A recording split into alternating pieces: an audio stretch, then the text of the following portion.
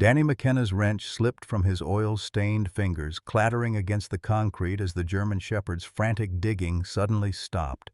The old dog's ears shot up, her brown eyes locked on something metallic glinting beneath the cracked pavement of the abandoned gas station. It wasn't rust or debris. It was a corner of brushed steel, deliberately buried. Scout backed away from the hole, hackles raised, releasing a low whine that made Danny's blood run cold. The sound echoed across the empty lot like a warning bell, sending crows scattering from the station's sagging roof. Danny knelt beside the excavation, his hands trembling as memories of roadside bombs in Afghanistan flooded back. This wasn't random. Someone had hidden this here, and Scout, his late father's mysterious companion, had known exactly where to find it. The dog's urgent bark shattered the Tennessee morning silence. Whatever lay buried beneath McKenna's service station had been waiting for him. What had his father really left him, and why was Scout so afraid? Leave a like and share your thoughts in the comments along with the city you're watching from now. Let's continue with the story. 6 months earlier, Danny McKenna had been a different man, or maybe just a man pretending to be whole. The cramped Nashville apartment reeked of stale whiskey and broken promises, empty bottles standing like tombstones on every surface. At 34, he carried the weathered face of someone much older, his lean frame hollowed out by nightmares that Jack Daniels couldn't quite silence. The funeral had been a cold affair. Colonel James McKenna's service drew maybe 20 people to the small cemetery in Millbrook Falls, Tennessee, a town Danny barely remembered visiting as a child. His father's flag-draped casket seemed impossibly small for a man whose presence had loomed so large in Danny's fractured memories. Mick stood ramrod straight in his $1,000 suit, checking his Rolex between prayers.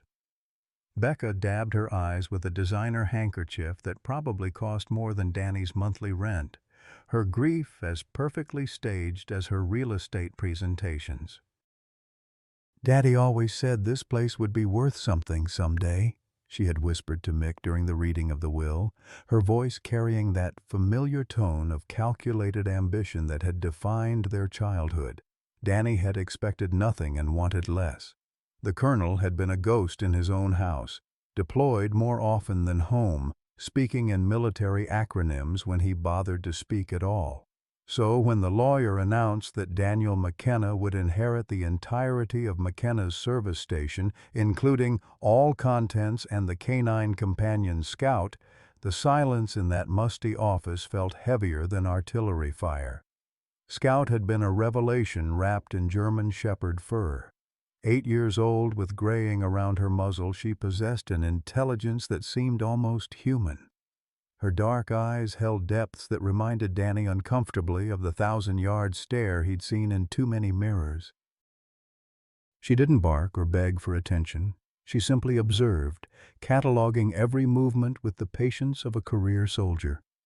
The drive to Millbrook Falls had taken 4 hours through winding Appalachian roads. Scout sat in the passenger seat like a co-pilot, her gaze fixed on the horizon as if she knew their destination better than Danny did. The town itself was a Norman Rockwell painting left too long in the sun. Population 3,200, according to the faded welcome sign, though Danny suspected that number was optimistic.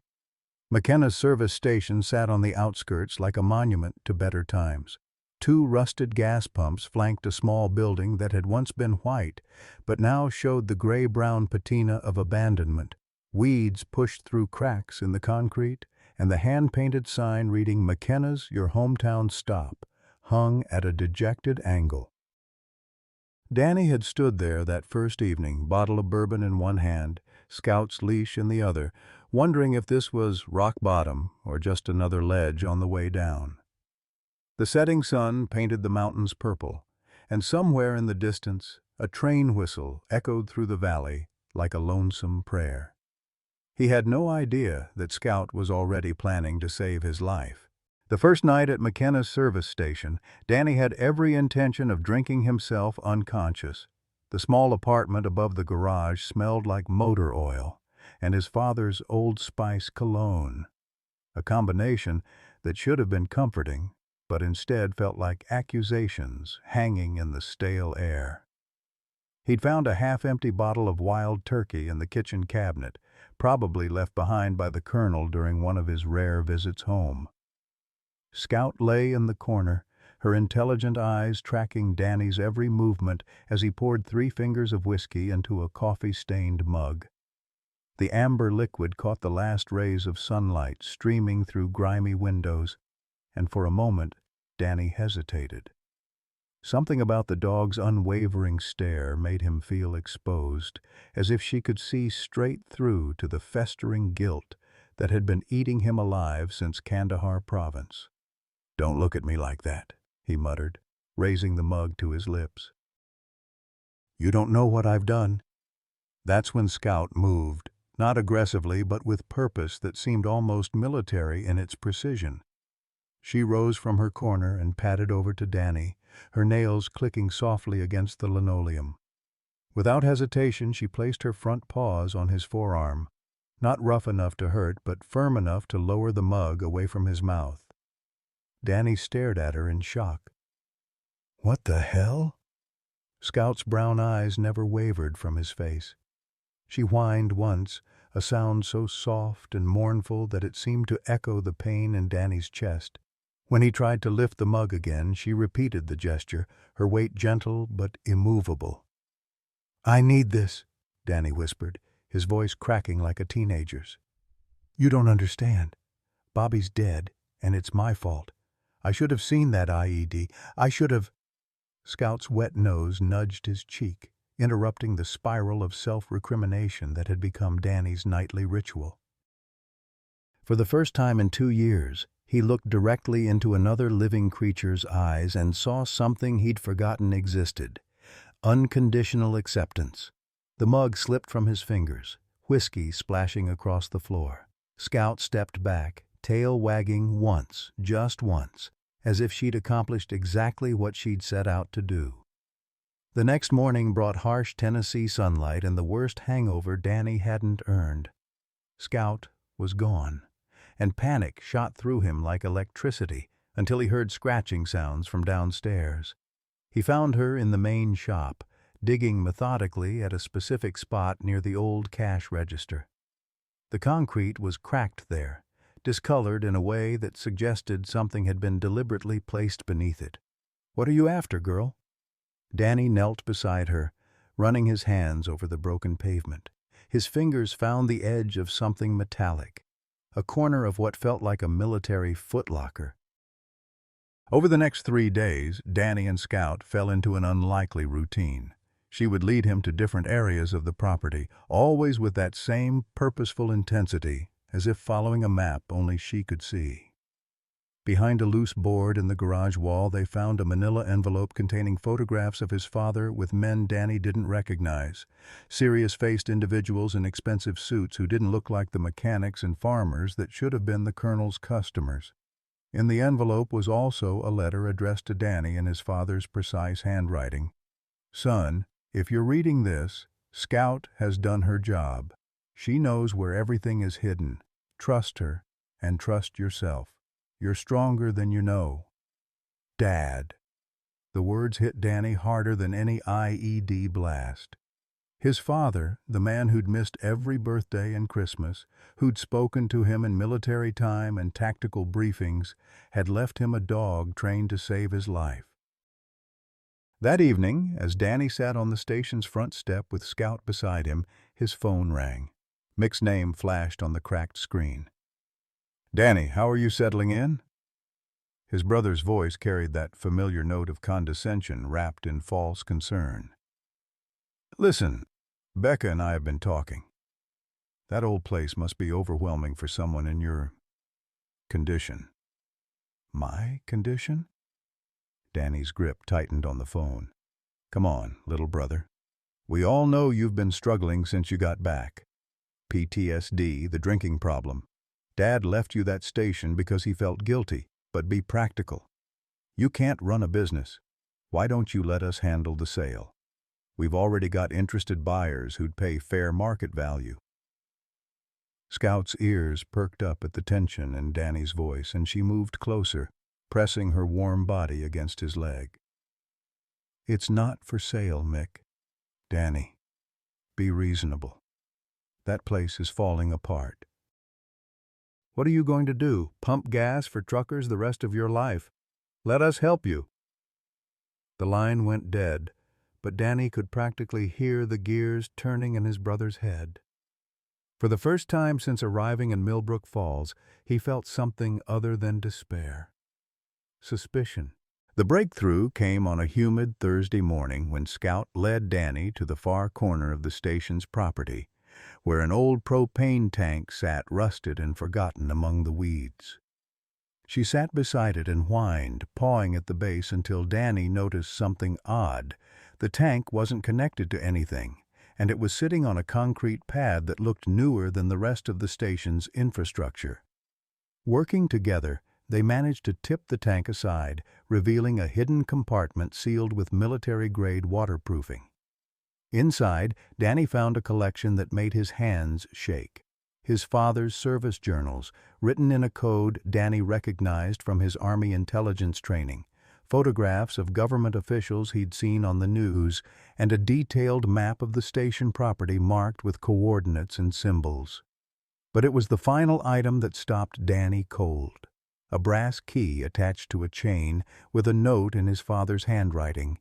"For the lock, Scout will show you. Everything you need to know is below. J.M."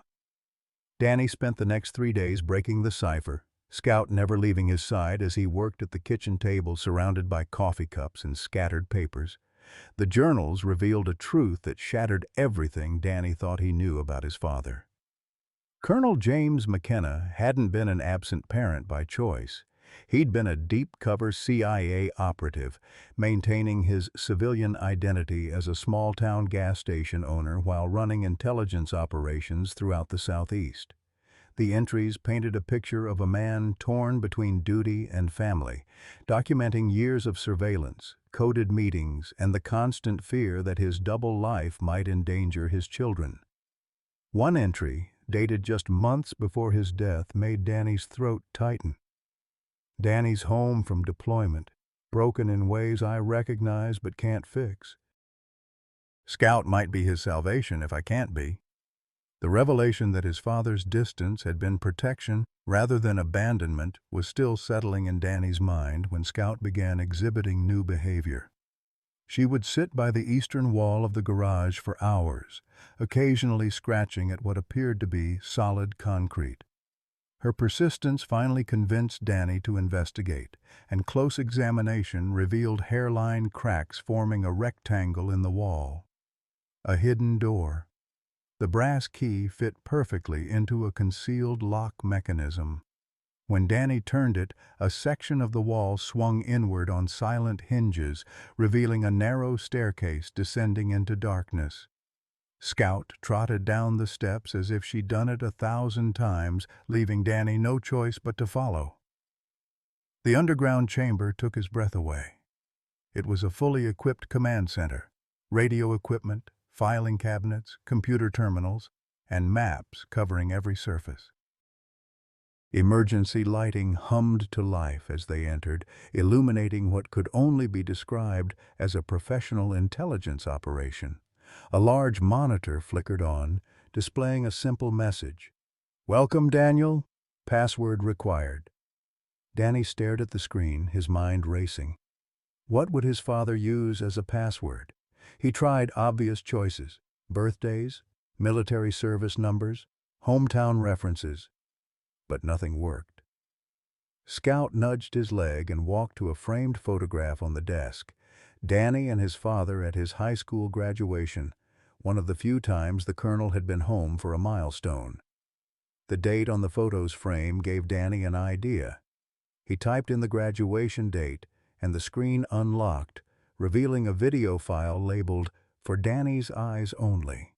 His father's face appeared on the monitor, older than Danny remembered, but with eyes that held the same steady intelligence Scout possessed. "Son, if you're watching this, Scout has done what I trained her to do. She's led you to the truth. What you see around you represents 30 years of service to our country, work that required me to sacrifice the kind of father you deserved." The video continued, Colonel McKenna explaining the station's dual purpose, the ongoing investigations he'd been conducting, and the substantial financial assets he'd accumulated through careful investments and covert operations. The money, approximately $200 million in various accounts, is yours now. But more importantly, the choice of what to do with it is yours. Danny's world tilted on its axis. $200 million. The number seemed impossible, abstract, like something from a movie rather than his small-town reality. "There's one more thing," his father continued on the recording. "I've been investigating something that may affect our family directly. Some of my surveillance suggests that arms trafficking operations have been using legitimate businesses as fronts.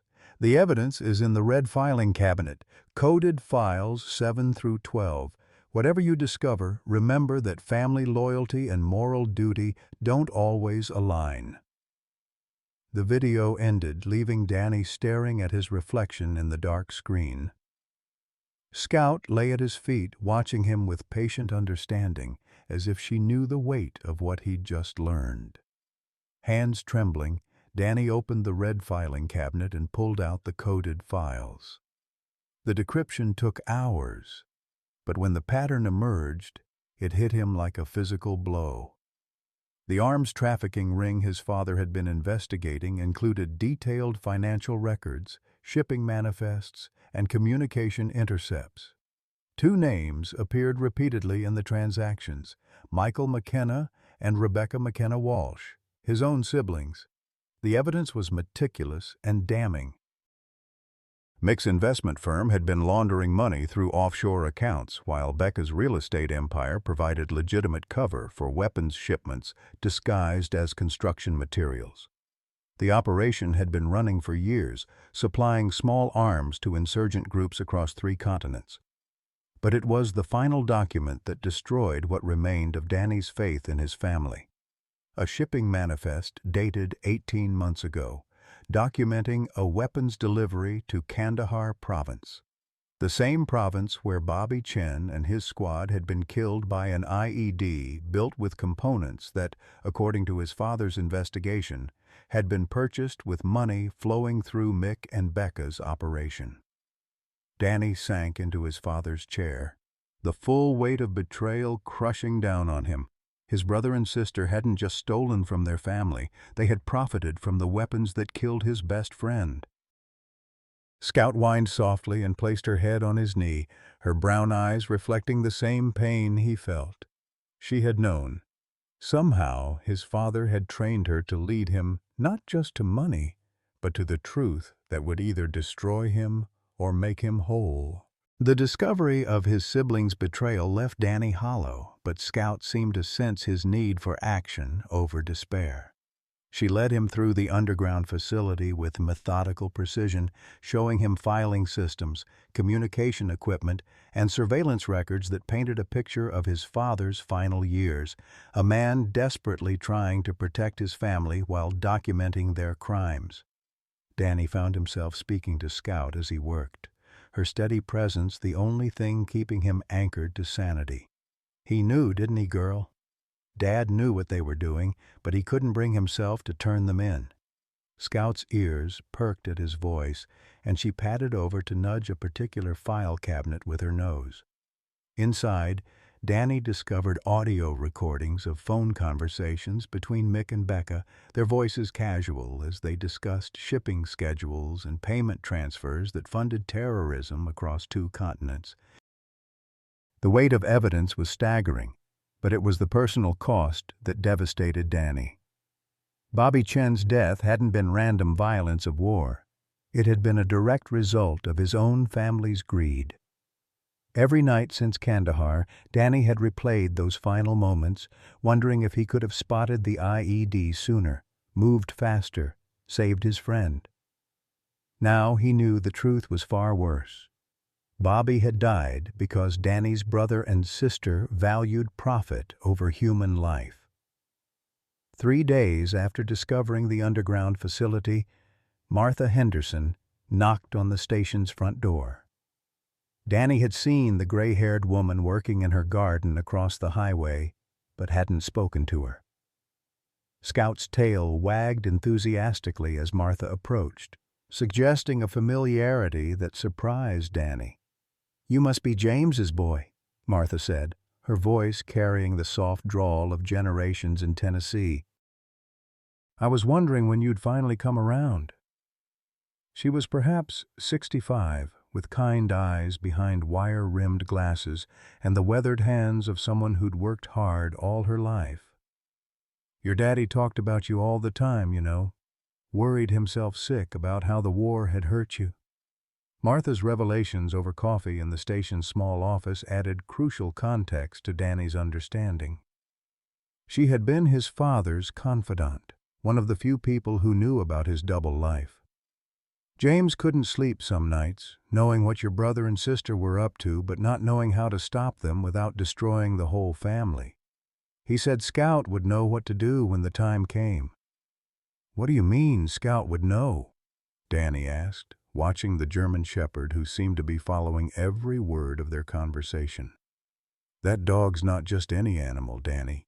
Your father worked with military dog handlers for years."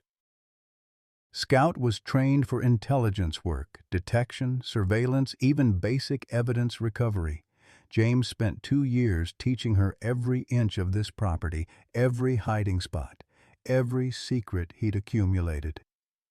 Martha reached down to scratch Scout's ears, receiving a contented sigh in response. "He said if something happened to him, Scout would guide you to the truth, but only when you were ready to handle it." The implications of Scout's training became clear as Danny watched her behavior over the following days.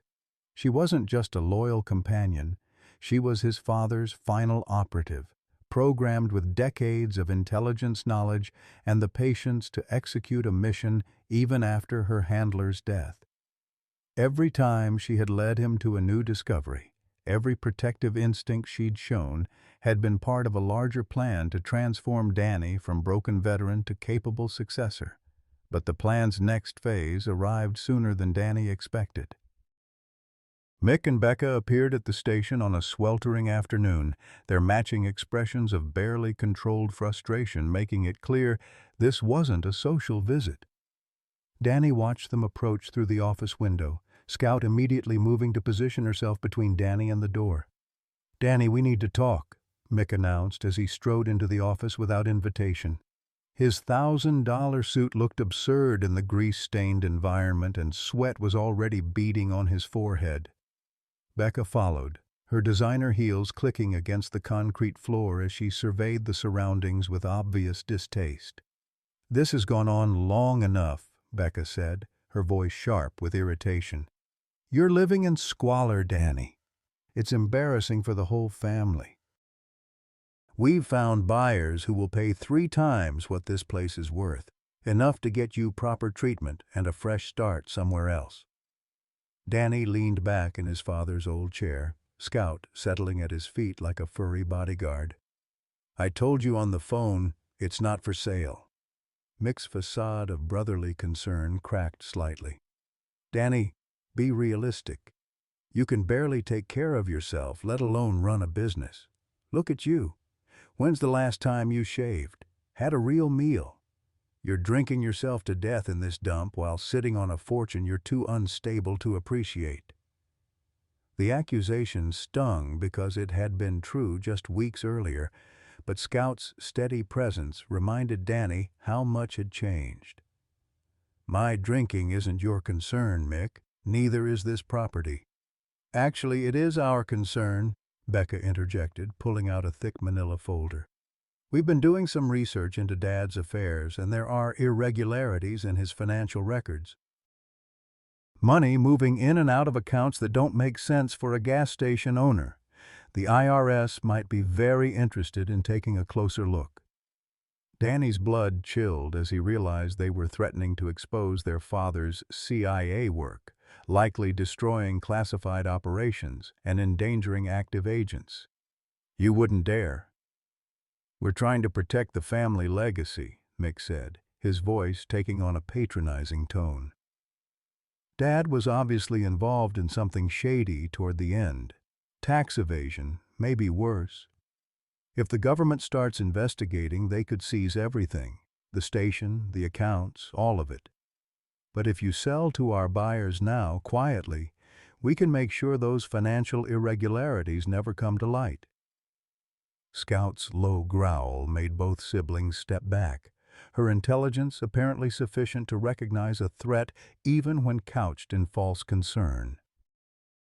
Danny found himself drawing strength from her steady confidence, remembering his father's words about family loyalty versus moral duty.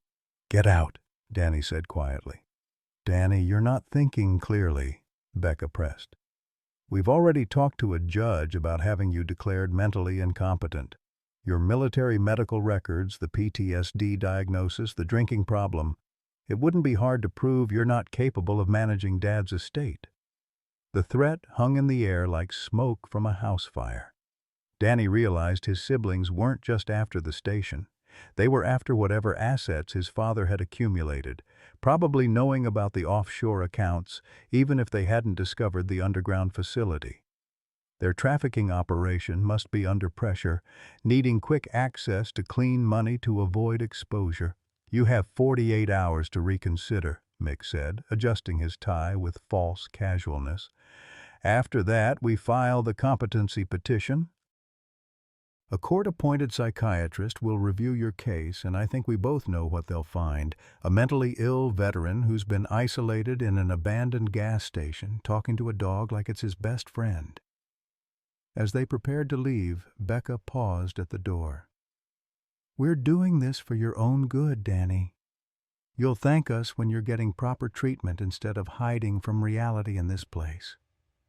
The sound of their luxury sedan disappearing down Highway 40 left an echoing silence that Scout filled with a reassuring whine. She pressed against Danny's leg, her warmth a reminder that he wasn't as alone as his siblings believed. That evening, as Danny sat in the underground facility reviewing his father's files, he found a document labeled Emergency Protocols. The instructions were clear. If the family operation was ever compromised, contact Agent Sarah Chen at the FBI using a specific encrypted phone number. The name stopped Danny cold. Chen was Bobby's surname, and the address listed in his father's notes was the same town where Bobby had grown up. With trembling fingers, Danny dialed the number. A woman's voice answered on the second ring, professional but wary. "This is Agent Chen. My name is Daniel McKenna. My father was Colonel James McKenna. I think I need help." The silence stretched for several heartbeats before Agent Chen responded, her voice softening with recognition. "Danny? Bobby's Danny?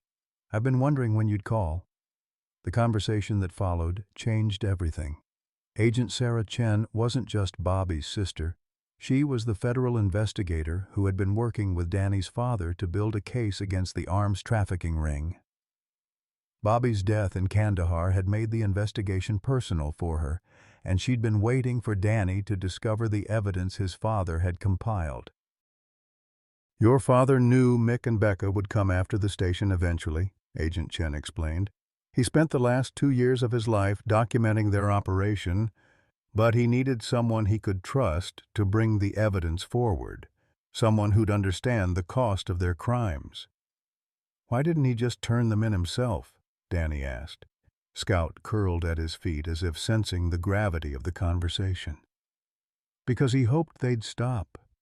Because he was their father, and even knowing what they'd done, he couldn't bring himself to destroy them. He thought maybe if they saw you building something positive with his legacy, they might find another path." Agent Chen's voice carried the weight of shared loss as she continued. "But Bobby's death changed everything for your father. He realized that family loyalty has limits, and that some crimes are too big to forgive. He left the choice to you, Danny. The evidence is all there. Bank records, communications, shipping manifests, enough to put them away for decades and dismantle their entire network. As Danny hung up the phone, Scout lifted her head and fixed him with that steady, intelligent gaze that had become his anchor. The dog had led him through his father's maze of secrets to this moment, the choice between protecting family and protecting the world from family. Outside, thunder rumbled across the Tennessee mountains, promising a storm that would wash the summer heat from the air. Danny looked around the underground facility that had become his inheritance and his burden, knowing that in 48 hours he would have to choose between revenge for Bobby and mercy for the siblings who had never shown him either. Scout's tail thumped once against the floor, a sound that somehow conveyed absolute faith in whatever decision he would make. The competency hearing was scheduled for Monday morning at the Hamilton County Courthouse, giving Danny exactly 36 hours to prepare for the fight of his life. Agent Chen had driven down from Nashville that weekend, bringing with her a team of federal investigators who transformed the underground facility into a makeshift command center. Scout seemed to thrive in the renewed activity, her military training evident as she moved between personnel with the confidence of a seasoned operative. Your siblings have filed affidavits from 3 psychiatrists who never treated you, 2 former Army colleagues who claim you were unstable during deployment, and a bartender from Nashville who swears you were drinking 18 hours a day, Agent Chen explained, spreading legal documents across the facility's main table. They've built a compelling case that you're mentally incompetent to manage your father's estate. Danny studied the papers, his hands steady despite the magnitude of what he was facing. Scout pressed against his leg, her warm presence grounding him as he absorbed the systematic character assassination his own family had orchestrated. What do we have in response? The truth, Agent Chen replied. Dr. Martinez from the VA has agreed to testify about your progress since arriving here. Martha Henderson will speak to your improved condition and community involvement. But most importantly, we have your father's psychological evaluation protocols. She pulled out a thick folder marked with Danny's father's handwriting. Colonel McKenna documented everything, Danny. Scout's training wasn't just about finding hidden evidence. She was programmed to provide therapeutic intervention for PTSD. Every time she prevented you from drinking, every moment she guided you toward purpose instead of despair, it was part of a carefully designed treatment program your father developed with military psychologists. The revelation that his father had essentially prescribed Scout as medicine was both touching and overwhelming. Danny looked down at the German shepherd, whose brown eyes held depths of understanding that suddenly made perfect sense. She hadn't just been protecting him. She'd been healing him according to protocols designed by someone who truly understood the wounds war could inflict. Sunday night brought unexpected visitors. Danny was reviewing his testimony when Scout's ears perked up, her body tensing as headlights swept across the station's windows. 3 black SUVs rolled to a stop in the gravel lot, and men in tactical gear emerged with the fluid efficiency of a military operation. Federal agents, Agent Chen announced, but her voice carried tension rather than relief. Danny, get to the underground facility, now. The next few minutes unfolded like a nightmare choreographed in darkness. Armed men surrounded the station while Scout positioned herself between Danny and the approaching threat, her hackles raised and a growl rumbling deep in her chest.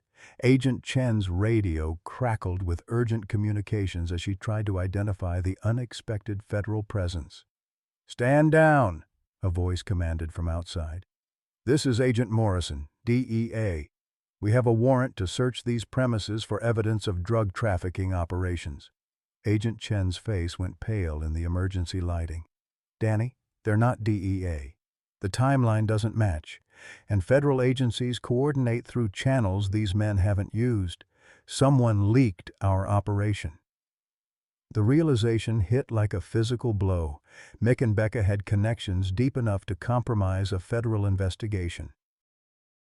The armed men outside weren't there to arrest drug dealers. They were there to eliminate evidence and witnesses before the competency hearing could expose the truth about the arms trafficking ring. Scout's training took over as the first intruder breached the station's front door. She launched herself with the precision of a guided missile, 70 pounds of intelligent fury that struck the lead man center mass and sent him sprawling. Danny heard his weapon clatter across the concrete floor as Scout's teeth found his shoulder, her attack calculated to disable rather than kill. "Move!" Agent Chen shouted, pushing Danny toward the hidden entrance to the underground facility. "Scout, come!" But the German Shepherd was already engaged with the second intruder, her military training evident in every movement as she used the station's layout to her advantage. She drove the men back toward the entrance, buying precious seconds for Danny and Agent Chen to reach safety. The sound of gunfire erupted above them as they descended into the facility, each shot like a knife through Danny's heart. Scout was up there alone, facing trained killers while following her final mission, protect Danny at all costs. Agent Chen sealed the entrance and activated emergency protocols, but Danny could only think about the loyal companion who had saved his soul and was now sacrificing her life to save his body. "We need backup." Agent Chen spoke urgently into her radio. "Federal facility compromised, officer down, requesting immediate tactical response." The waiting was agony. Danny paced the underground chamber while emergency lights cast dancing shadows on walls lined with his father's life work.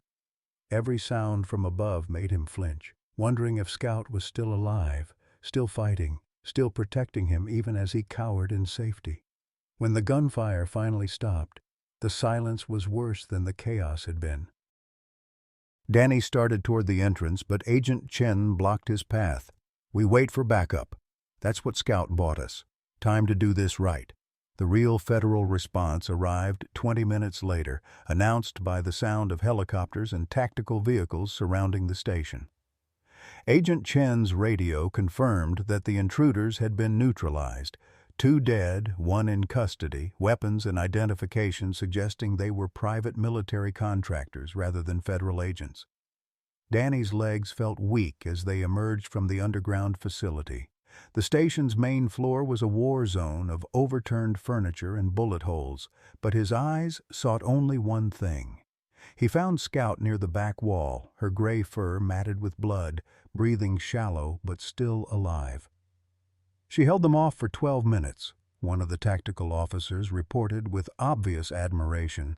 "Took a bullet in the shoulder but kept fighting until our units arrived." "That's one hell of a dog you've got there." The veterinary team arrived by helicopter, their efficiency suggesting this wasn't the first time federal agents had needed emergency care for a military working dog. As they stabilized Scout for transport, Danny knelt beside her, tears streaming down his face as he whispered words of gratitude and love. Scout's eyes found his, and her tail managed one weak wag before the sedatives took effect. Even unconscious, her body remained positioned protectively between Danny and potential threats, loyalty programmed so deep it transcended consciousness. Agent Chen placed a hand on Danny's shoulder as the medical team prepared Scout for transport. The contractors had orders to eliminate all evidence and witnesses before tomorrow's hearing. "Your siblings weren't just trying to steal your inheritance, Danny. They were trying to bury the truth about their arms trafficking permanently." The weight of that revelation settled over Danny like a shroud. And Mick and Becca hadn't just threatened his competency, they had ordered his death. The family that had dismissed him as a broken veteran had been willing to murder him to protect their criminal enterprise. "What happens now?" Danny asked, watching the helicopter lift off with Scout aboard, red cross markings visible against the night sky. "Now we finish what your father started," Agent Chen replied. "Tomorrow's hearing just became a lot more than a competency evaluation. With tonight's evidence and the contractor in custody, we have everything we need to dismantle their entire operation. As federal agents processed the crime scene and collected evidence, Danny stood in the doorway of his father's station, staring at the blood stains where Scout had made her stand. The dog who had saved him from alcohol, guided him to truth, and nearly died protecting him, represented everything noble about loyalty and service that his own siblings had abandoned. Martha Henderson arrived as the last of the federal vehicles departed, her face etched with concern as she surveyed the damage. "Lord have mercy," she whispered, taking in the bullet holes and overturned furniture. "Is Scout?"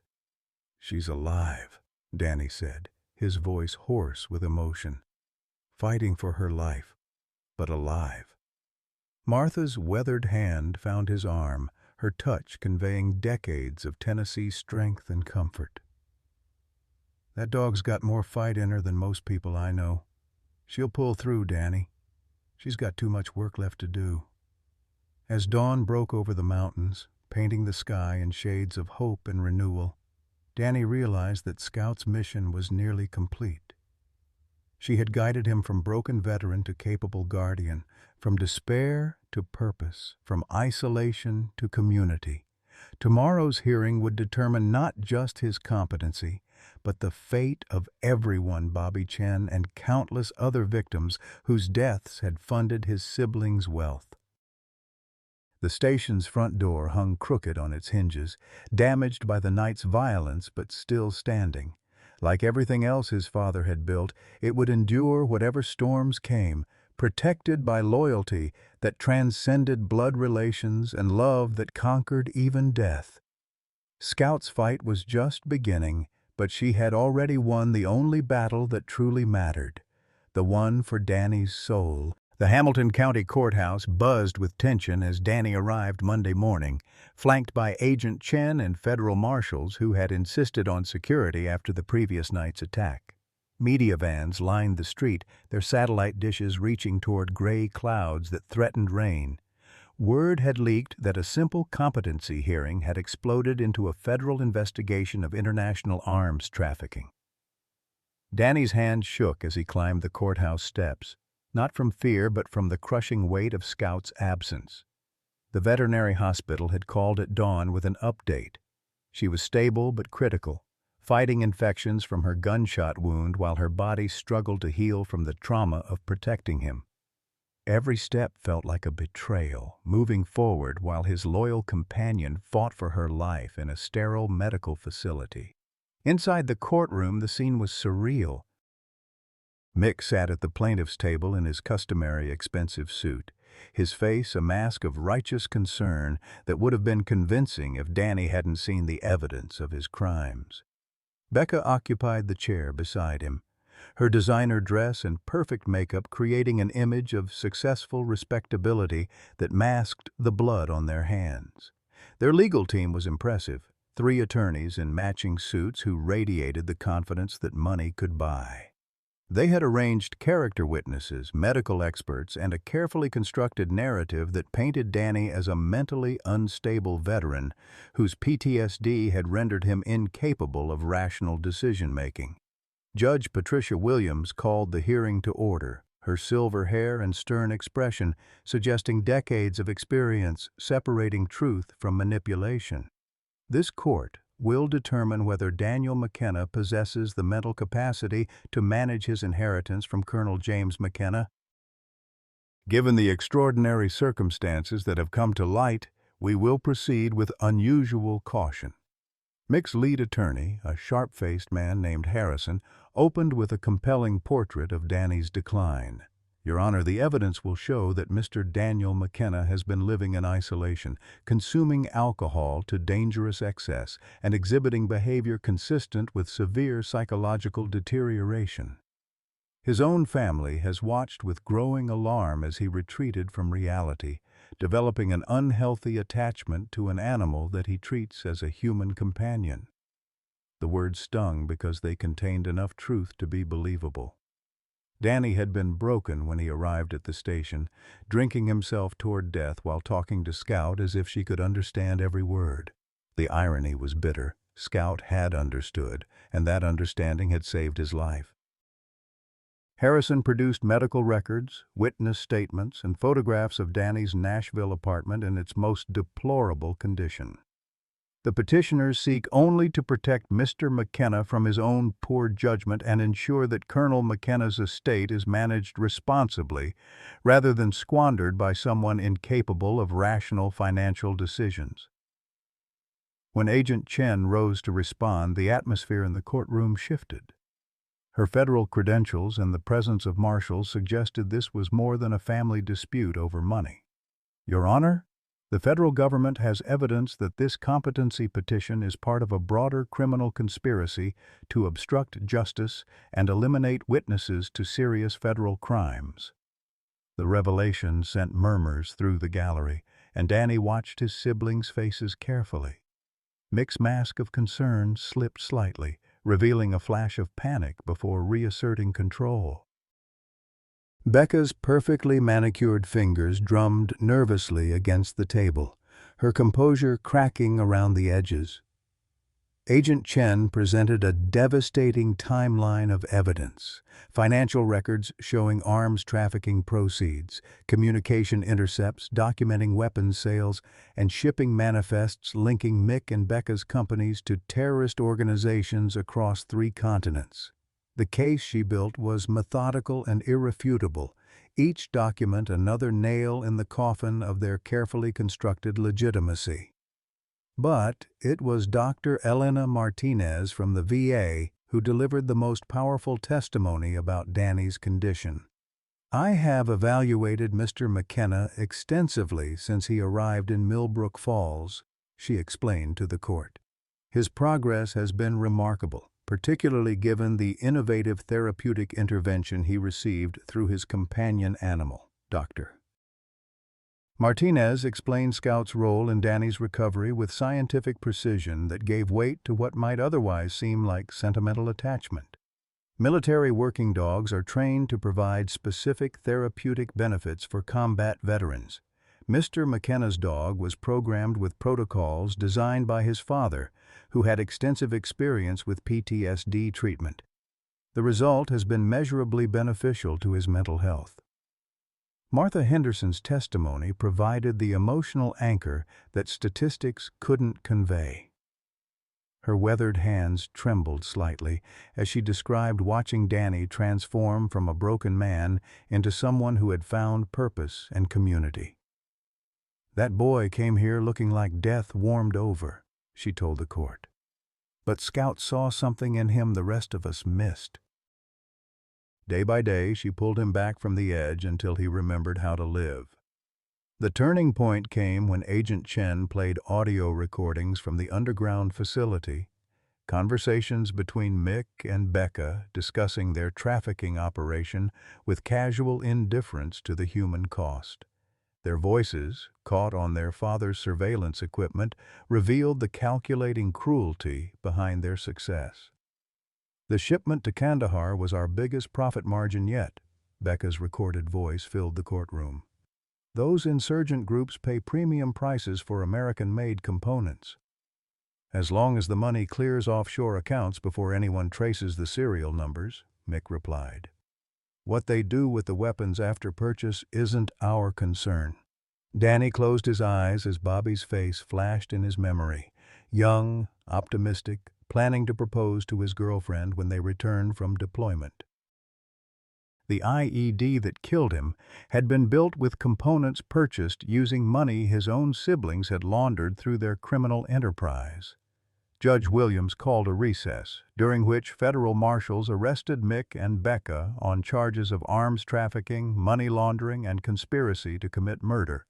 The competency hearing had become secondary to criminal proceedings that would likely result in life sentences.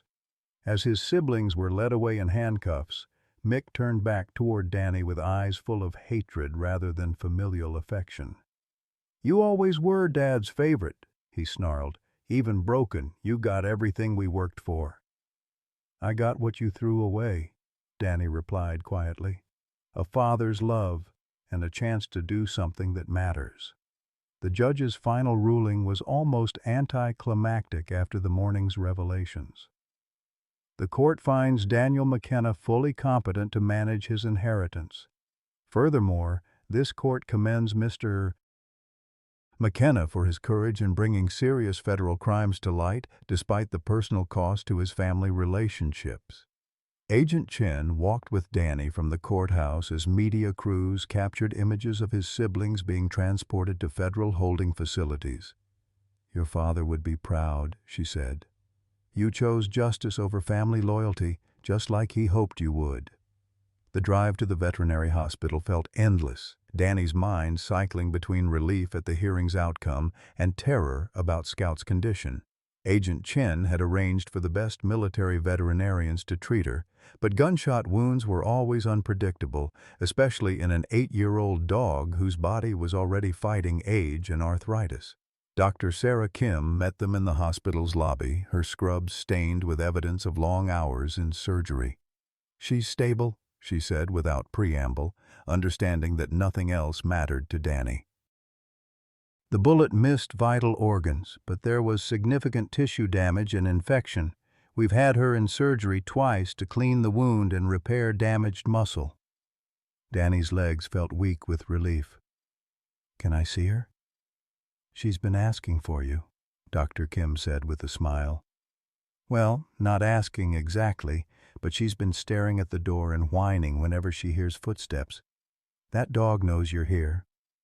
Scout lay in a recovery kennel, her shoulder wrapped in white bandages and an IV line providing pain medication and antibiotics. When she saw Danny, her tail managed a weak but unmistakable wag, and she tried to lift her head despite the drugs making her drowsy. "Hey, girl," Danny whispered, kneeling beside the kennel and carefully stroking her head. "You did it. You finished the mission." Scout's brown eyes, still bright despite her pain, fixed on his face with the same unwavering loyalty that had guided him through the darkest period of his life. Her tongue flicked out to lick his fingers, a gesture so familiar and comforting that Danny felt tears streaming down his cheeks. "The battle's over," he told her softly. "You can rest now. You've earned it." But even as he spoke the words, Danny knew Scout's real mission was just beginning. She had saved him from despair and guided him to purpose, but the work of healing, his own and that of countless other veterans, would require the same patience and unconditional love she had shown him. Thunder rumbled outside the hospital windows as the promised storm finally arrived, washing the Tennessee air clean and preparing the ground for whatever seeds would be planted in the aftermath of destruction. 3 weeks after the courthouse battle, Scout was finally strong enough to come home to the station. Danny had spent every visiting hour at her side, watching her fight through infections and setbacks with the same determination she'd shown protecting him. The veterinarians marveled at her recovery, attributing it to an unusually strong will to live. But Danny knew the truth. Scout had promises to keep and people to heal. The drive back to Millbrook Falls was quiet. Scout resting in the passenger seat with her head on a pillow Danny had bought specifically for her comfort. Her shoulder was still bandaged, and she moved carefully, but her eyes held their familiar intelligence and the contentment of a soldier returning from a successful mission. The countryside rolled past in summer green, and for the first time since his return from Afghanistan, Danny felt something approaching peace. Agent Chen had stayed in town to oversee the federal investigation's expansion, and she met them at the station with news that changed everything Danny thought he understood about his inheritance. "We've finished analyzing your father's files," she said, helping Scout from the truck with gentle hands. "Danny, there's something else you need to know about why your father left you everything." In the underground facility, Agent Chen spread out documents that told a story within the story. Bank records showing that Colonel McKenna had been secretly funding veteran support programs for years, using money seized from arms trafficking operations to help soldiers struggling with PTSD and addiction. Your father wasn't just investigating criminals, she explained. He was building a model for what could be done with recovered assets. The revelation hit Danny like a physical force. His father's distance hadn't just been about protecting his family, it had been about protecting a mission that extended far beyond their personal circumstances. The $200 million wasn't just an inheritance, it was the seed money for something larger, a foundation that could address the veteran mental health crisis on a national scale. He left detailed plans, Agent Chen continued, pulling out blueprints and organizational charts written in his father's precise handwriting. Treatment centers, dog training programs, research facilities. Your father envisioned a network of stations like this one, places where broken soldiers could find healing through working with animals who understood loyalty and service. Scout, despite her injuries, had positioned herself between Danny and the documents, as if protecting this final secret until he was ready to receive it. Her brown eyes met his with an expression that seemed to say, "This is why I kept you alive. This is what we've been preparing for." The implications were staggering. Danny looked around the underground facility with new understanding. It wasn't just his father's command center, but a prototype for something revolutionary. The therapeutic protocols Scout had been trained to follow could be replicated, scaled up, shared with veterinarians and animal behaviorists across the country. But it was the personal cost of this revelation that devastated Danny most completely. Hidden in the final folder was a letter addressed to him, written in his father's handwriting just days before his death. "Son, if you're reading this, you've survived everything I feared would destroy you. The guilt, the grief, the rage, Scout has guided you through it all just as I hoped she would. But now comes the harder task, learning to live with purpose instead of pain. The money is yours to do with as you choose, but I pray you'll choose to heal others the way Scout healed you. There are thousands of soldiers coming home broken, and they need what you've found, a second chance at life given by someone who understands their pain. Your brother and sister chose greed over service, but you have the opportunity to choose differently. Make me proud, Danny. Make Bobby proud. Your father." Danny's hands shook as he finished reading, Scout's warm weight against his leg anchoring him to the present moment. His father had known about Bobby's death, known about the arms trafficking connection, known that Danny would need not just healing but a mission worthy of the sacrifice required to achieve it. Agent Chen's voice was gentle as she broke the silence. "Your siblings' trial starts next month. Their assets will be seized, including properties worth approximately $50 million. Combined with your father's accumulation, you'll have enough to establish the foundation exactly as he envisioned." The weight of responsibility was crushing, but Scout's steady presence reminded Danny that he wouldn't carry it alone. Looking at her, still bandaged but alert, he saw not just his companion, but the first graduate of a program that could save thousands of lives. Every veteran who came home broken, every family torn apart by war's invisible wounds, every suicide that statistics couldn't capture, they all had potential for healing if someone cared enough to provide the tools. "What would you call it?" Agent Chen asked, watching Danny process the magnitude of his inheritance and its intended purpose. Danny looked down at Scout, remembering Bobby's easy laugh and his father's hidden sacrifice, thinking about Martha's kindness and the community that had rallied around a broken stranger. "The Bobby Chen and Scout Memorial Foundation," he said without hesitation. "For veterans who need a second chance and the animals who can give it to them." Over the following days, as Scout regained her strength and Danny began planning for a future he'd never imagined possible, the full scope of his father's final mission became clear. The station would become the Foundation's headquarters, the underground facility transformed into a training center for therapeutic animals and the veterans who would work with them. Martha had volunteered to help manage daily operations, her decades of Tennessee wisdom perfectly suited to the practical challenges of running such an ambitious program. But it was the discovery of his father's final video message that completed Danny's understanding of everything that had happened. Hidden in a file labeled "For Danny's Eyes Only, Final Mission Brief," the recording showed Colonel McKenna in his underground office, Scout lying at his feet exactly as she now lay at Danny's. "Son, by now you know about the money, the investigation, and your siblings' betrayal. But there's one thing I couldn't put in the files, one truth that can only be shared between father and son." His father's eyes held depths of love and regret that Danny had never seen during the colonel's lifetime. "I failed you as a father, so focused on protecting you from my dangerous world that I forgot to show you how much I loved having you in my life. Scout was my way of giving you what I couldn't, unconditional love and unwavering loyalty." The video continued with his father explaining Scout's training in detail, every protocol designed not just for Danny's specific trauma, but for his unique strengths. "You have your mother's compassion and your grandfather's stubbornness, qualities that will serve you well in the work ahead. Scout will teach you to trust yourself again, and together you'll teach others that healing is possible even when hope seems lost."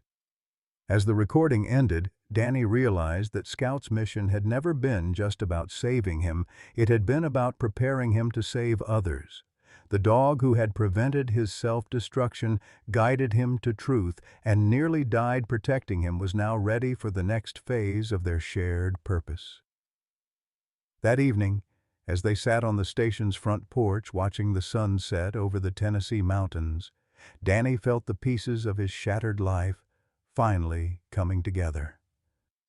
Scout's head rested on his lap, her breathing steady and peaceful, while the future stretched ahead of them like an open road.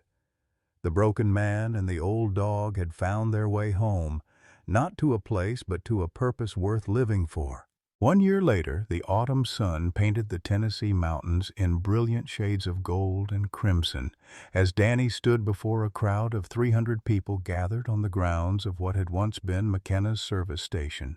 The transformation was remarkable. Where rusted gas pumps had stood, there was now a memorial garden with a bronze statue of a soldier kneeling beside a German shepherd. The old garage had been converted into a state-of-the-art veterinary clinic, while the underground facility served as a training center where military working dogs learned to become therapy companions for wounded veterans. Scout sat beside Danny at the podium, her gray muzzle showing more white than before, but her eyes still bright with purpose. At 9 years old, she moved more slowly than in her prime, but her dignity remained undiminished.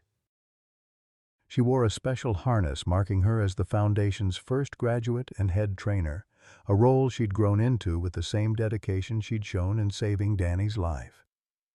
"Ladies and gentlemen," Danny began, his voice carrying clearly across the assembled crowd of veterans, families, government officials, and media representatives, "welcome to the grand opening of the Bobby Chen and Scout Memorial Foundation for Veteran Recovery."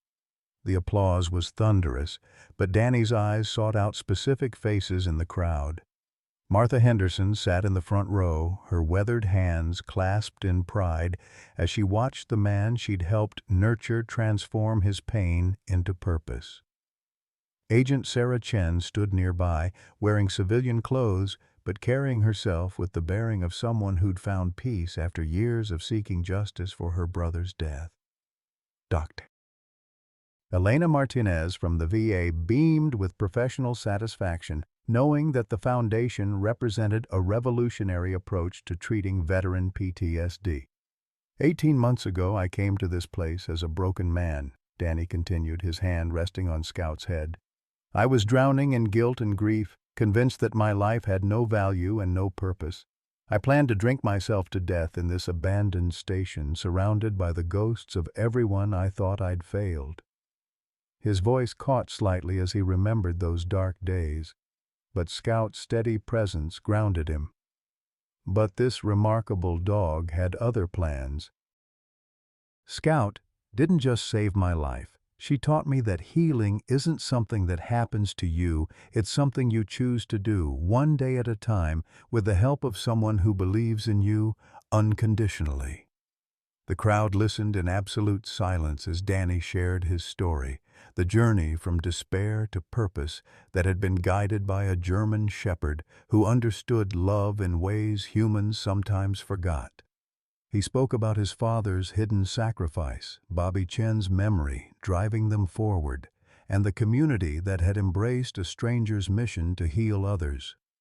Today, we open our doors to the first class of 12 veterans and their canine partners, Danny announced, gesturing toward a group of men and women standing with dogs of various breeds, German shepherds, Labrador retrievers, golden retrievers, even a few mixed breeds rescued from shelters and trained to provide therapeutic support.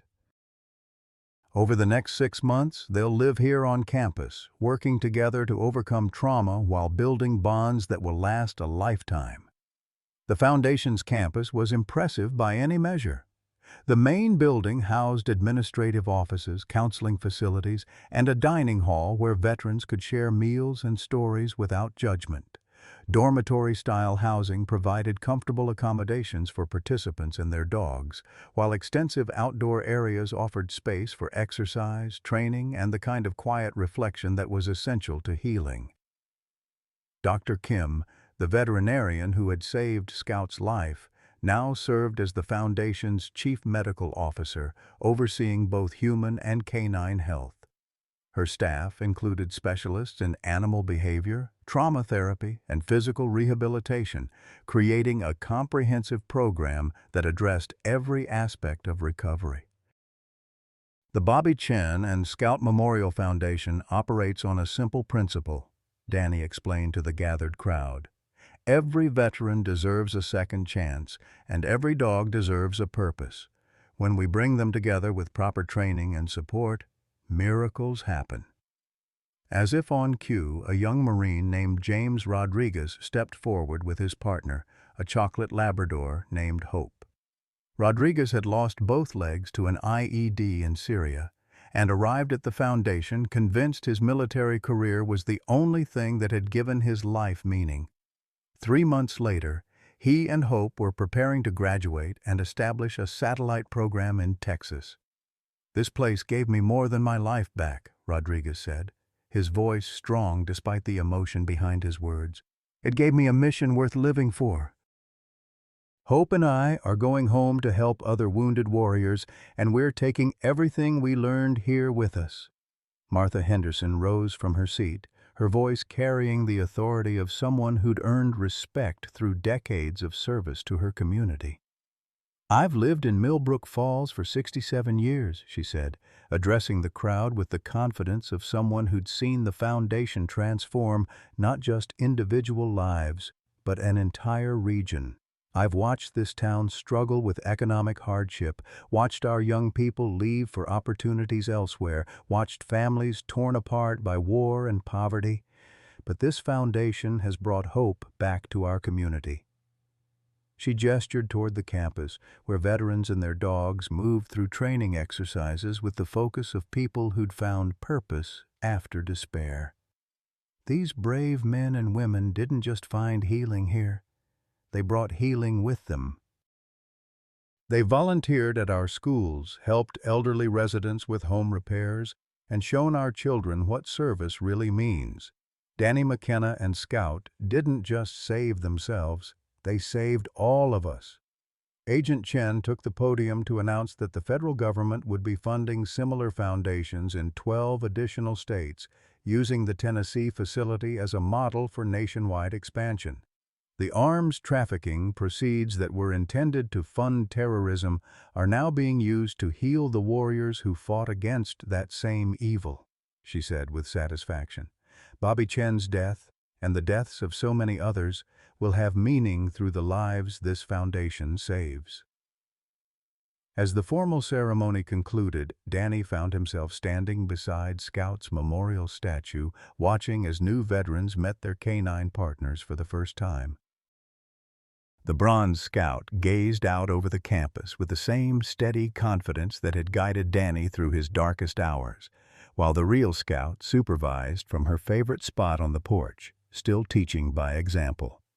Dr. Martinez approached with a clipboard full of program statistics, her professional excitement evident as she shared the Foundation's early results. 0 suicides among program participants, 93% completion rate, and follow-up surveys showing sustained improvement in PTSD symptoms 6 months after graduation, she reported. Danny, what you and Scout built here is revolutionizing veteran care.